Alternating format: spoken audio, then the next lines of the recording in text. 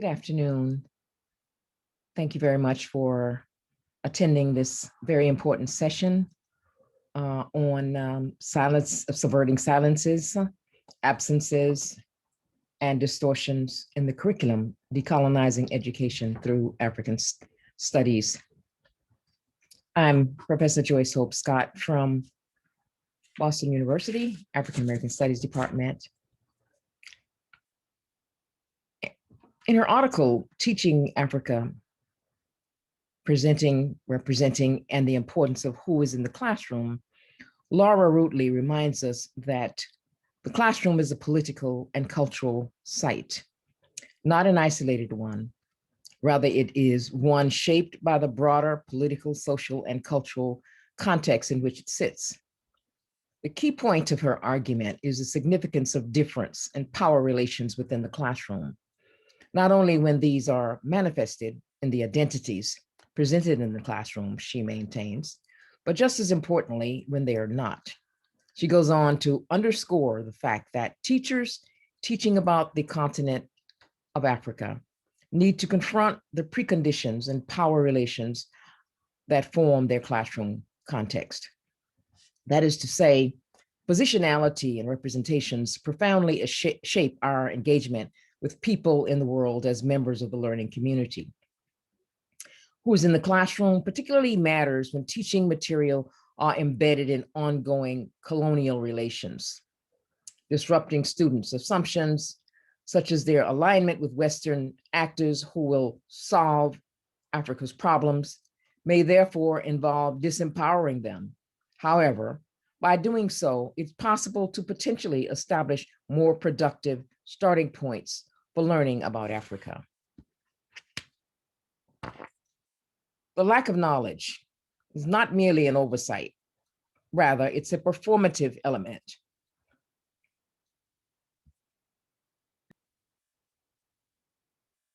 This lack of knowledge is not merely an oversight. Rather, it is a performative element of the hegemonic relations between Western powers like the United States and the African continent, which shows not only a lack of knowledge of Africa, but also an orthodoxy of sanctioned and mandated ignorance and silence.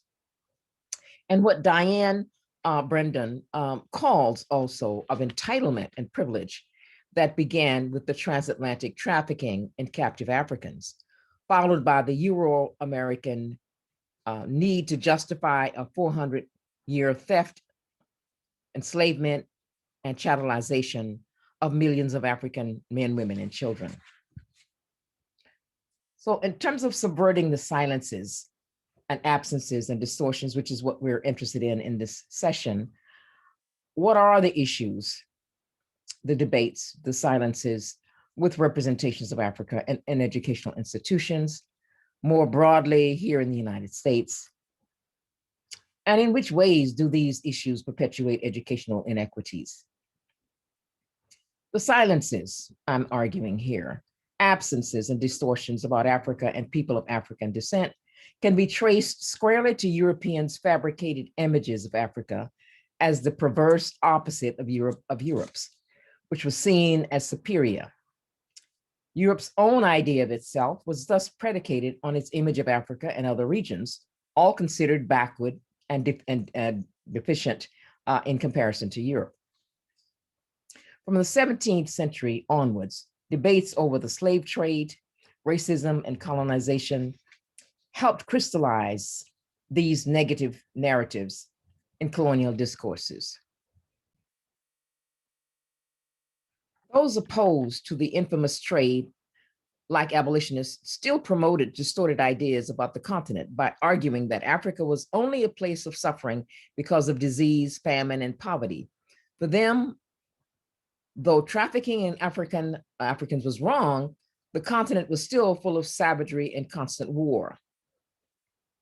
The growing discourse on race added further dimensions to these debates, supposedly explaining African backwardness and savagery as biologically predetermined characteristics.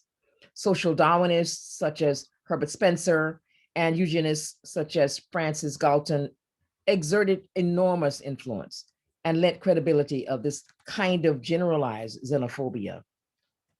That these works were extended exercises in sophistry and mythology need hardly be mentioned.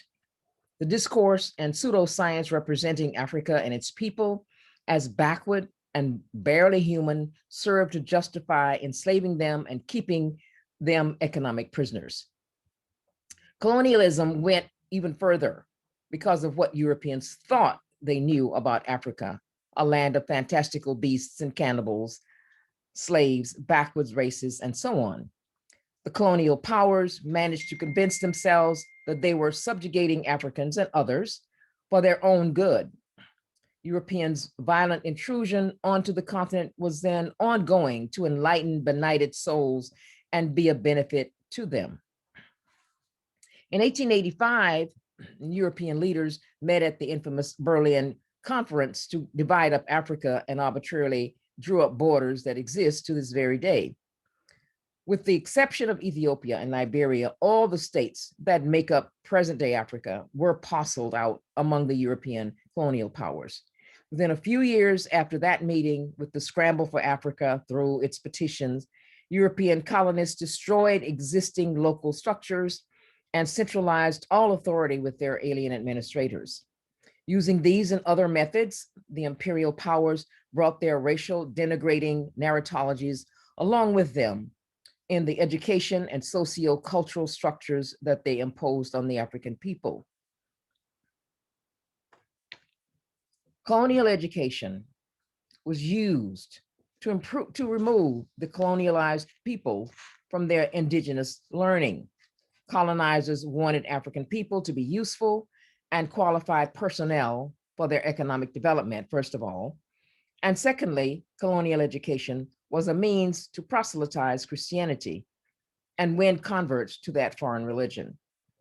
Christian mission schools played a very important role in Africa and education in Africa. Of special importance was the intercultural dynamic created by this Eurocentric education. In traditional African culture, education and life were interlinked. Western education, on the other hand, was characterized by the Enlightenment and the subject-object dichotomy. As Western civilization, for most missionaries, was superior to African civilization, they introduced the Western school system without giving much thought to intercultural implications.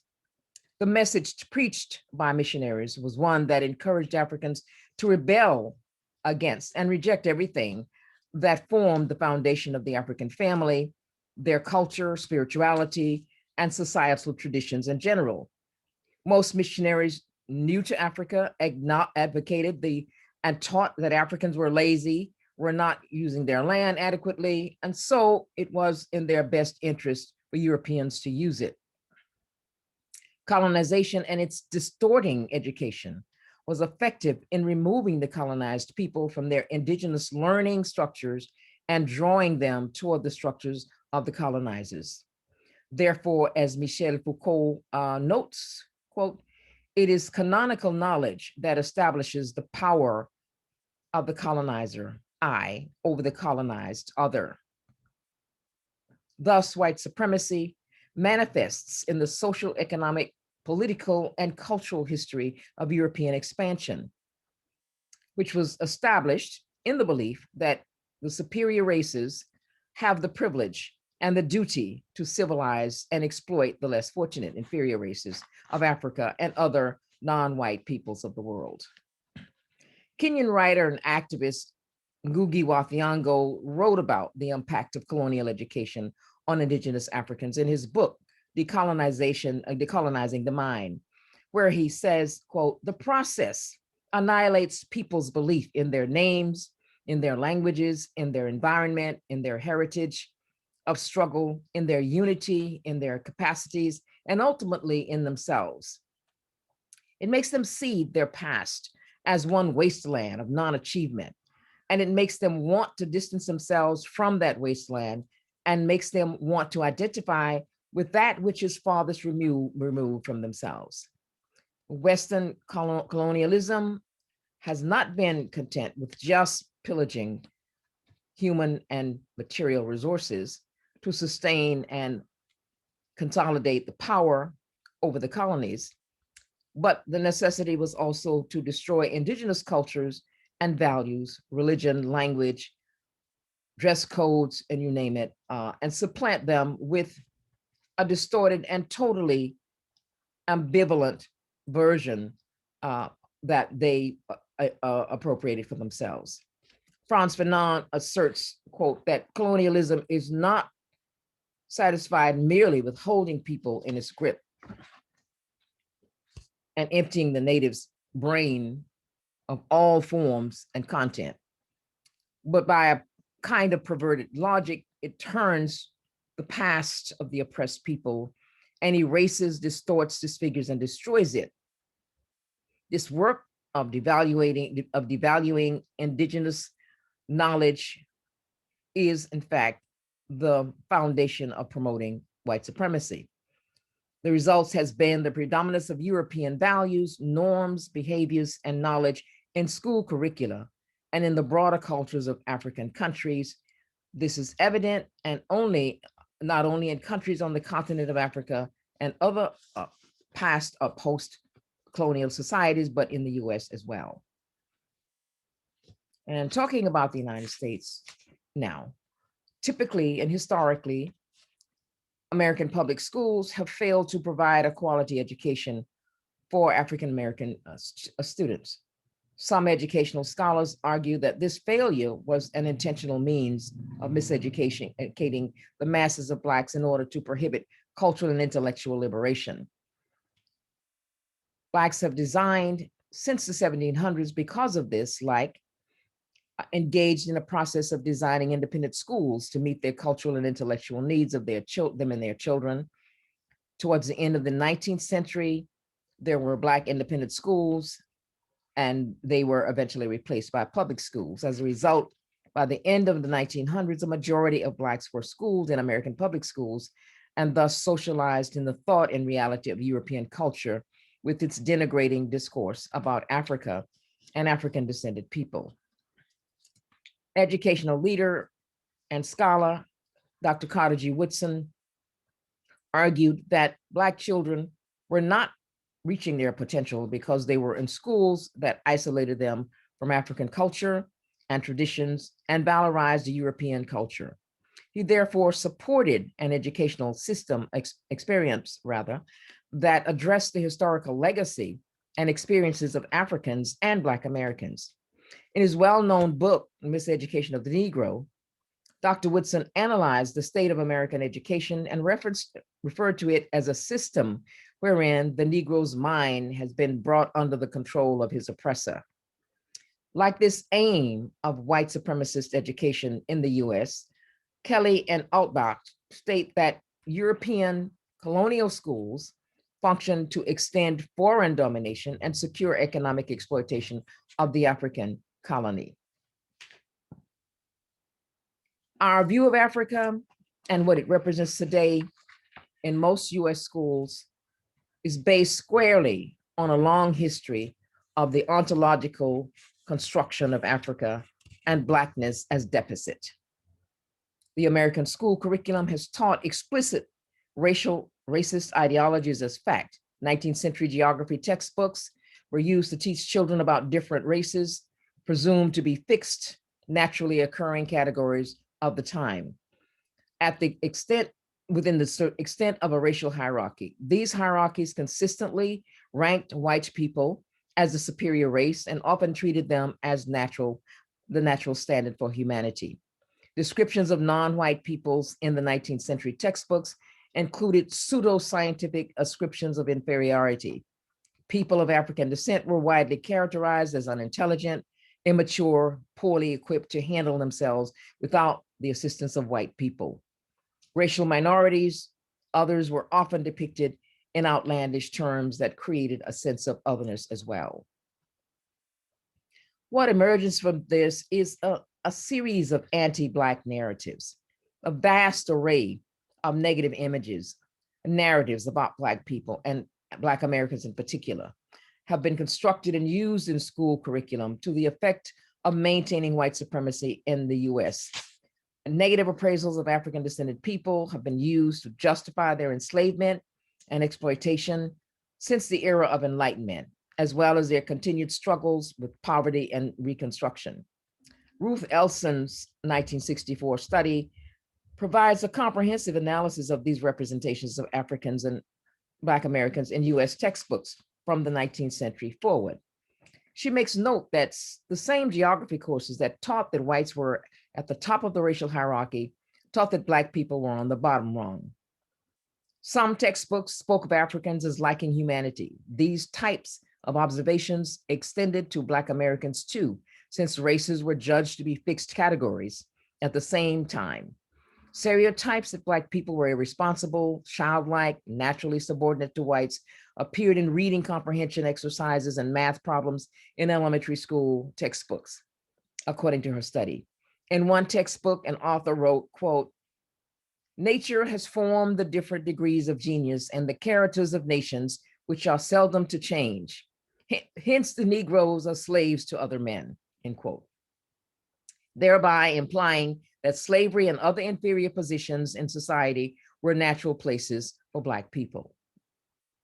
When it came to history, African descended people were rarely mentioned as free people, and discussions of their history always began with slavery.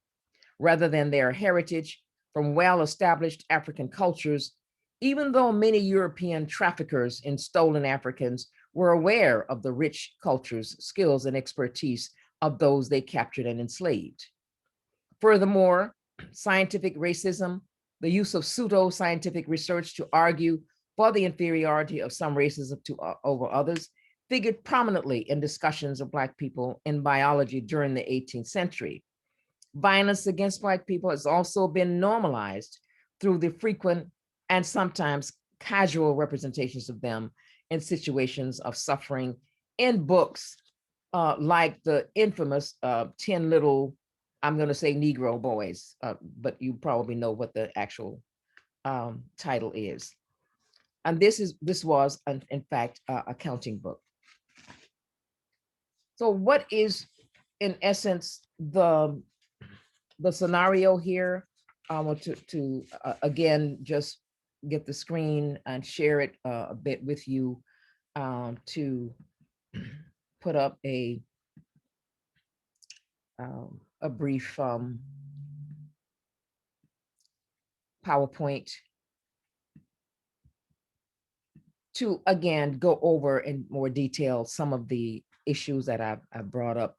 Why is it important that we look at these distortions and these silences that pervade us relative to African history, but also by extension, African American history? What kinds of actions should we be taking to decolonize this curriculum? How can we move forward by way of undoing some of the damage that's been done in representation?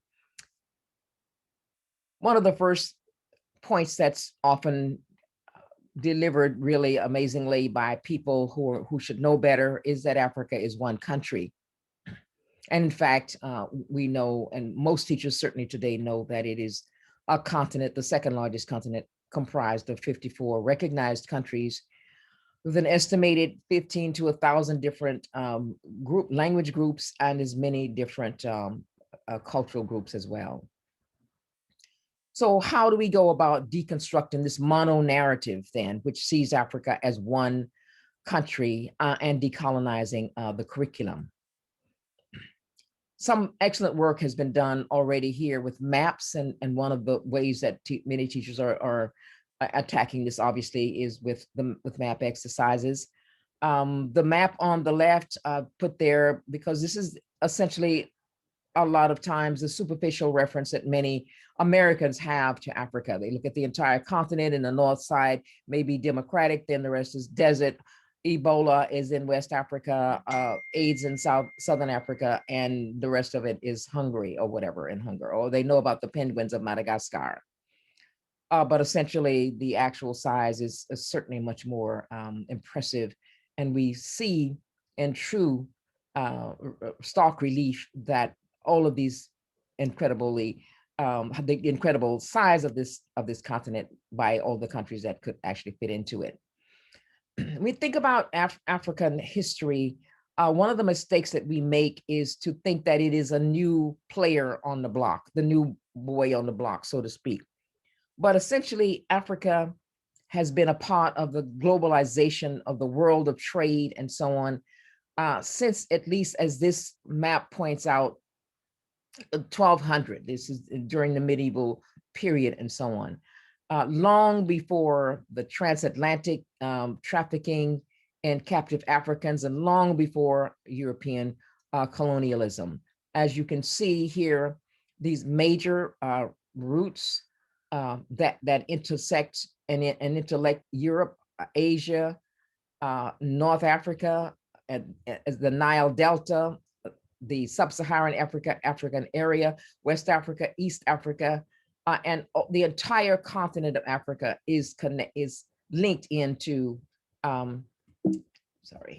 linked to this this global nexus that you have here of trade routes and so on. Trade was the order of the day, in other words.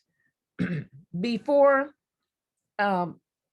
captivity and enslavement and economic imprisonment of African people, and again, I'm purposely using and recasting definitions because a part of teaching the true history of Africa and Africa in America is to deal with these definitions. And one of them has to be the undoing of the terminology of slave to refer to people who were stolen and put in chains and brought over to the Americas and other places. If we're talking from 15 to 20 million people, there's no way on any part of the globe that there were that many people who were slaves standing around waiting to be sold or bartered or whatever the case might be. So folks, the people that came here came from kingdoms, essentially, as been laid out here by this particular ancient history map.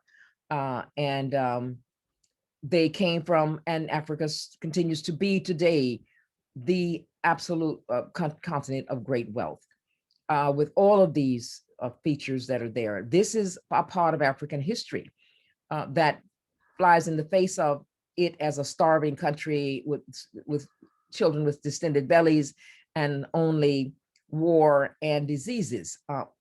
No one is saying that there aren't problems on the continent. We wouldn't want to say that, but essentially it would be important to re-historicize this place for its wealth of resources and so on that the entire world makes use of. Another map of the resources, we can see that the interest of people in exploring and being linked to Africa has to do with its extensive natural resource base, which is absolutely incredibly alive and well with us today. Another map of natural resources, oil and gas and coal and so many other resources, natural resources that people need for the modern world. American history is African history. This is one of the first things I think that is very crucial. There's really no way to adequately teach American history without infusing it with the already interwoven history of Africa and Africans that are a part of the American story. One of the interesting tales, or I guess, or notions about Africans and the fact that they came for a second time in chains and not the first time that they came, is the story of a great king called Abubakari II. The term Mansa simply in Manding means king, who was an emperor of the great kingdom of Mali, but who, according to certainly myths, and some people are now trying to re-explore it as perhaps some facts of history, sailed to America with numbers of ships and so on. In fact, according to What I learned by traveling in Senegal and Gambia, that any little school child could tell me the story of the great Mansa Abubakari II, who, as they would say, discovered America. And indeed, there were myths about the riches of his successor, whom he left the throne to, the great Mansa called Musa. Other examples of supposedly Africans having been in America long before they came for the second time and changed is this research that's been going on in South America around these colossal heads that somehow are part of the Olmec civilization. A lot of scholars, of course, are studying these issues and wondering about them. I thought that this was one of the most powerful statements that I'd come across, because it essentially lays out for us just the intent of colonization around the educational aspect of colonization. The statement here that was one really with the Christian missionary schools, who owns the schools will own Africa. And essentially that makes a lot of sense, because it is in schools where you're going to get the training and so on and so forth. This is something that comes earlier from American education. And the book by John H. Van Erie, arguing that slavery is the natural state of Black people, as you can see, white supremacy and Negro subordination. Negroes a subordinate race, slavery is its normal condition. Again, a part of the discourse and the narratology that sought to justify the enslavement and ongoing economic imprisonment of African people. What's more intriguing, I guess is the word I can use, is what's happening with some of the books, American history books today.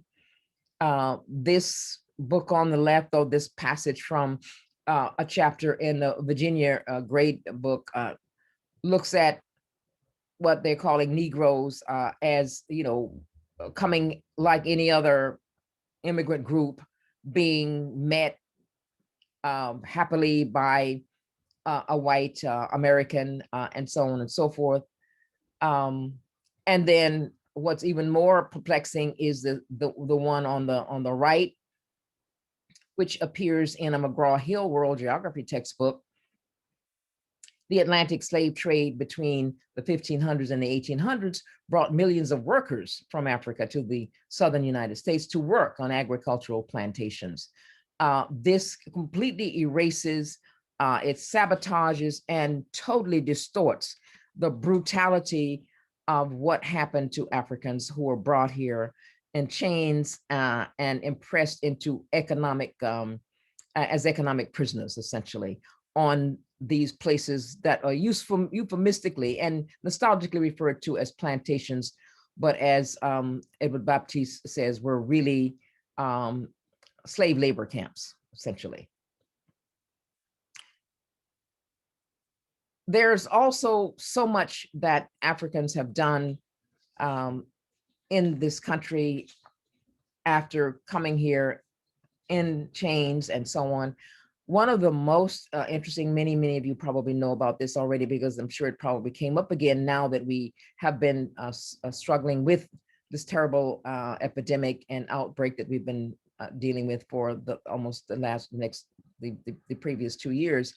This incredible man called Onesimus, who was an inventor of essentially the smallpox vaccination, what ultimately became the smallpox vaccination, and helped save many lives in Boston in 1721. This man was, as some of you may know, an enslaved man to Cotton, the great Cotton Mather.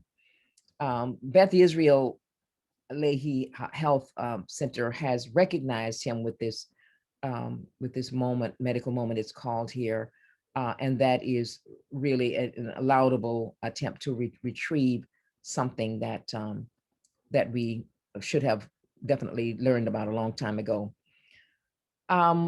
one of the best ways that we learn, any of us, and I'm certainly a person who swears by it, is by actually doing what many of us call border crossing, and engaging in cultural exploration or cultural literacy activities.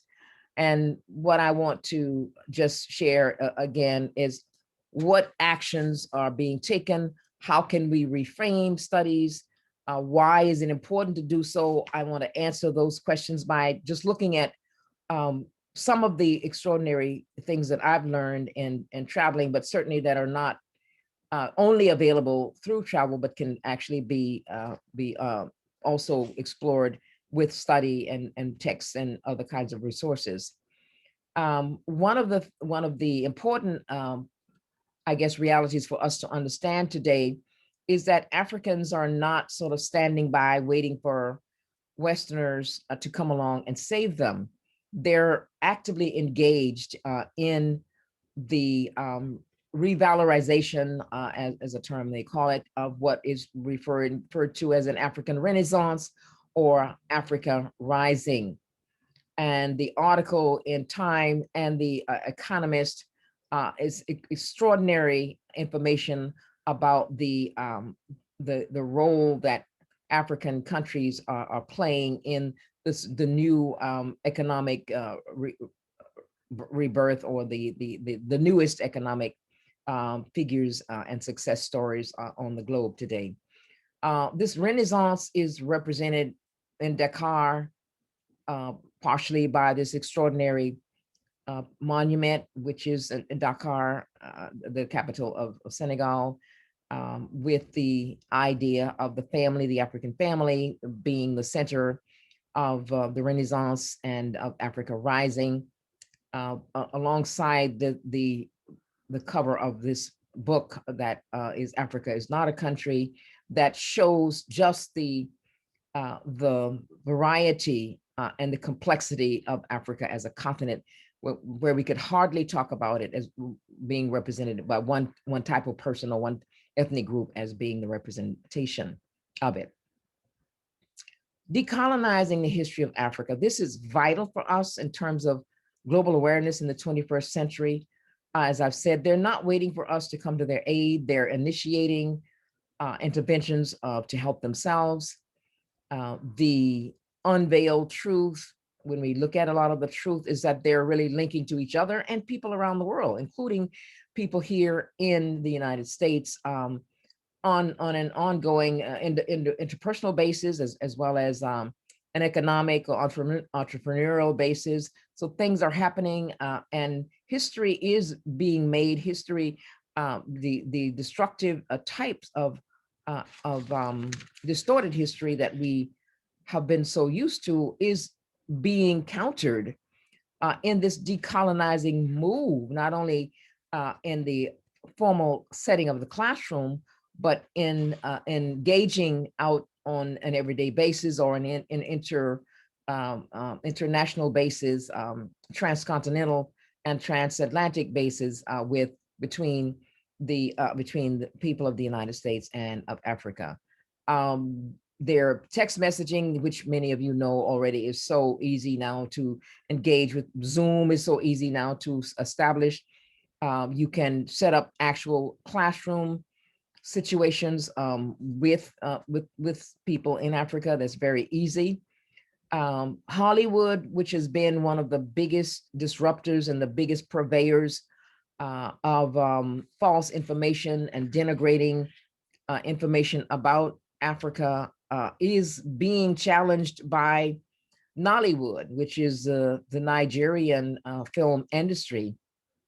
In fact, which, according to these the information that I have here, averages about 1,000 films a year, which puts it really second, not behind Hollywood, but behind Bollywood, which is the Indian film industry, which seems to be, even in terms of the number of films that are produced, not necessarily that get Academy Awards or even get recognized, but essentially it is a great big industry which is popular across the continent. and other places in the world. Also, young entrepreneurs are doing what their ancestors have historically been known to do, and that is to be entrepreneurs, to engage in entrepreneurial activities. And these young people are using just really, really basic kinds of things like the calabash here that they've decorated. They're going to sell it as a musical instrument, as you can see. But this is a very old and ancient practice of their families.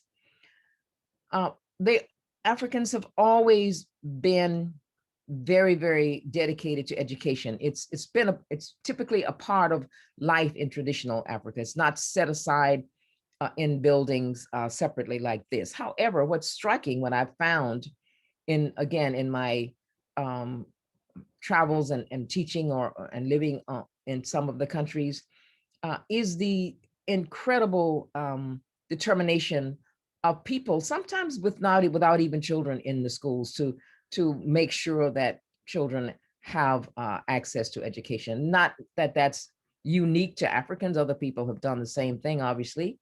It's one of the things that happened right after the Civil War, when many African American, the newly freed Africans, were also engaged in setting up these ad hoc, often type schools and so on for students. This is an orphanage and a school in a place up in the eastern part of Ghana, where I've taken a lot of students to do voluntary teaching, and teachers as well. This particular scene at this particular time, there was a group of Boston Public School teachers and students who went and had an incredibly enjoyable time there.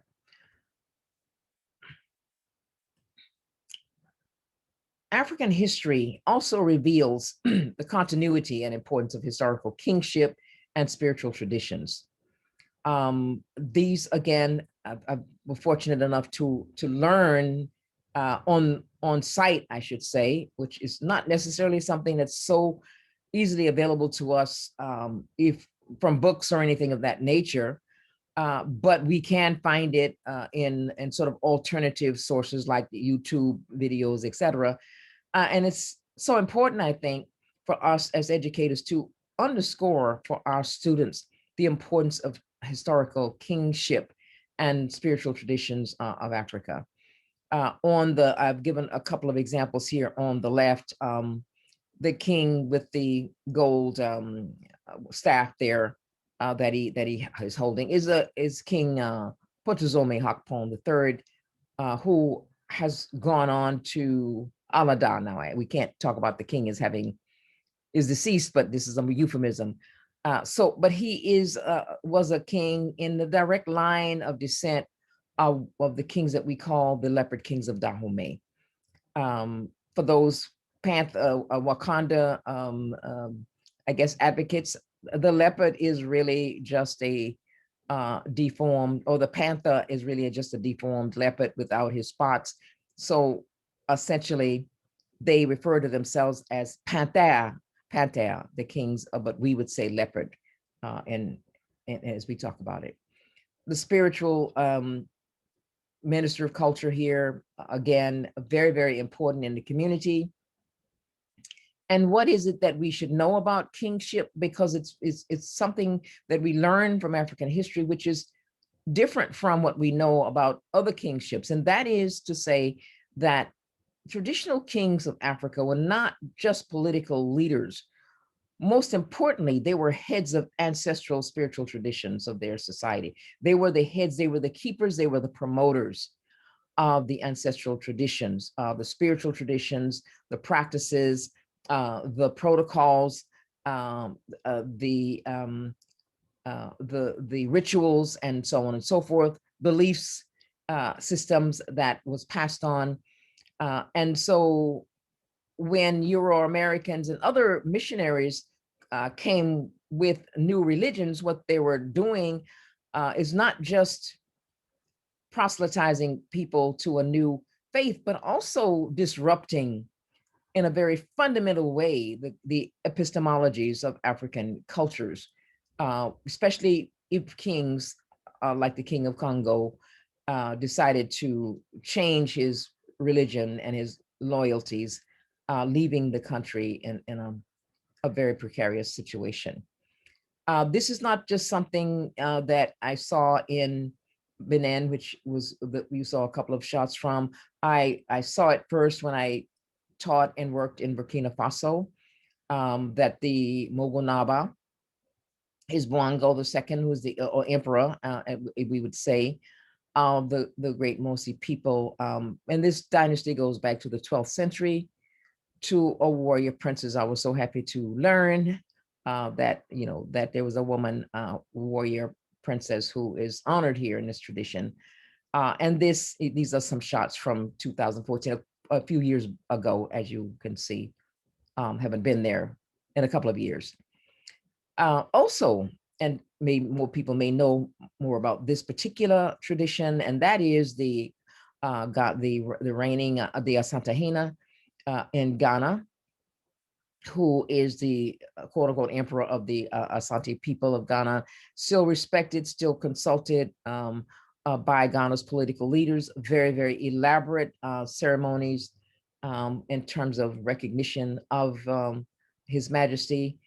This is the Ochehena. The system is kind of decentralized, and the Ochehena has a different role. He's certainly one of the tributary. His kingdom is let's say a tributary, if you will, to his stooldom. Sorry, stooldom is the term that they use to the Asantehene, but his court is at Kibi. And the interesting thing about this king is that he was here in the United States. He'd gone to school here, and in fact, he was I think he said a Yankees fan, and he was, I think, at a game somewhere when he was told that his father had gone on, and he was called to serve.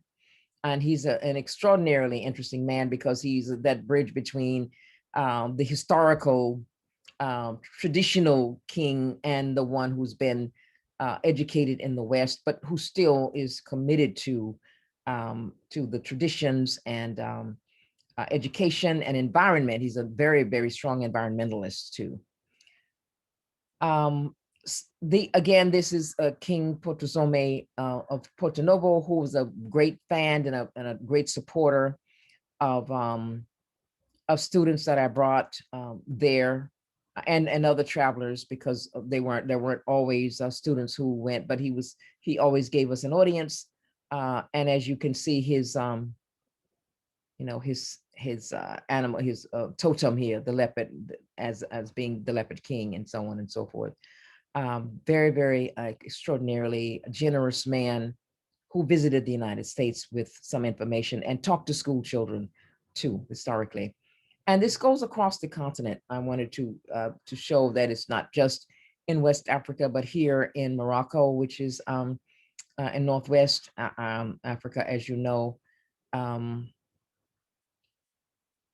Alawite dynasty from the 17th century. And the important thing about Morocco, which probably your students will know, is that it was the first government to officially recognize the new United States 1 year after the War of Independence in 1777.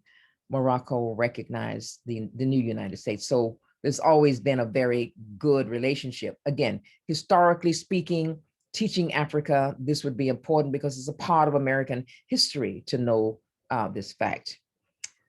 What's interesting is, as I was saying earlier, the kinds of things that Africans do themselves on their own is just extraordinary. This man, Mr. Yakuba Sawadogo, is referred to as the man who stopped the desert.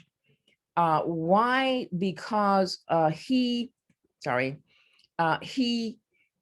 used an ancient technique called Zai, Z-A-I, to plant trees, he and his family, in a particular manner to stave off the encroaching desert. Because as you may know, Burkina Faso is what we call the Sahelian country. It's a country of the Sahel, which is right below the Sahara. And it's very, very dry, and without rain often, which was the case with Mr. Sawadogo's situation.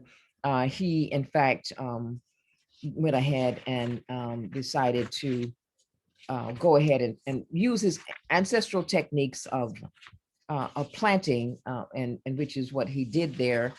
And it became a policy or a practice that was used across the country, in fact. So he is an extraordinarily a creative person, and just goes to show other kinds of things that people are doing as well. So the last shot that I want to show again is that today, this the maps of Africa that I showed weren't just maps of historical resources and things of that nature, but today, when we look at the continent, it's the last horn of plenty on the planet. And if you look at it, despite the fact that we get soundbite renderings and references, or National Geographic only type programs, which are not, negative, which are good. But what don't we get is this the vastness of the creativity, of the ingenuity, of the tenacity of the people themselves, and the riches that's there, that they have. It's not a poor country. Africa is not poor. It's not resource poor. What has happened is that it has been in our history, as we teach Africa, and we, in terms of history, to deconstruct and to decolonize our curricula today, we can understand that taking almost 20 million people out of a continent is bound to have an impact. And that's what you have. We have the impact of, and following it up with decades of colonial control that was just aimed at taking out resources and not really building the particular countries that the colonists were in. So what you have here is, to all of our benefits, the fact that what happens to Africa is our business. It's all of our businesses, because again, of the fact that it is our history. African history is our history. The resources of the continent that is the origin of humanity, which everyone accepts now in today's. I don't think anyone is going to argue with that. That it's so crucial and so important to us today. So I want to just close this out, and I'm sure there are going to be questions, I'm hoping, as we engage in our conversation. I want to just point out with something that perhaps people know about already, and that is that this is the United Nations Decade of African People, that in 2014, the United Nations decided to declare the period from 2014 to 2025 as a decade of African descended people. And as such, it seems to me that we must center all discussions of history and the historical rise of this nation, certainly the United States, and other nations of the Atlantic world in general. We must center the role of Africa, and in order, among other things, to not only deconstruct the mythology, denigrating and divisive of narratives that have been circulating for centuries about Africa, but also the great issue that has been left unredressed because of current day ignorance and misunderstanding.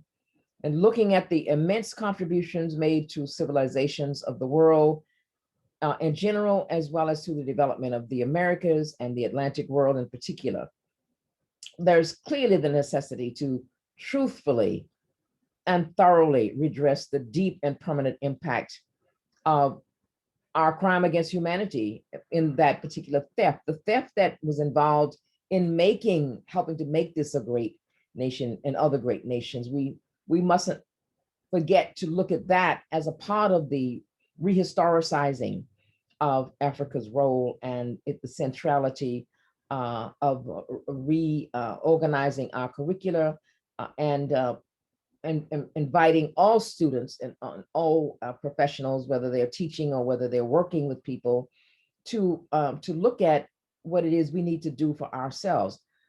Because essentially only in this way of truth telling, of deep introspection, of redress, complete and total redress, can we begin to liberate ourselves from the moral and spiritual morass of self-destructiveness, of hatred, racialism that we are engaged in, and begin to embrace each other and teach, more than anything, teach our children that the continent of humanity that we all come from, to which we all owe our being, must be preserved in image and word and respect, and certainly in representation. So thank you so very much. And I'm looking forward to our discussion in session. Peace.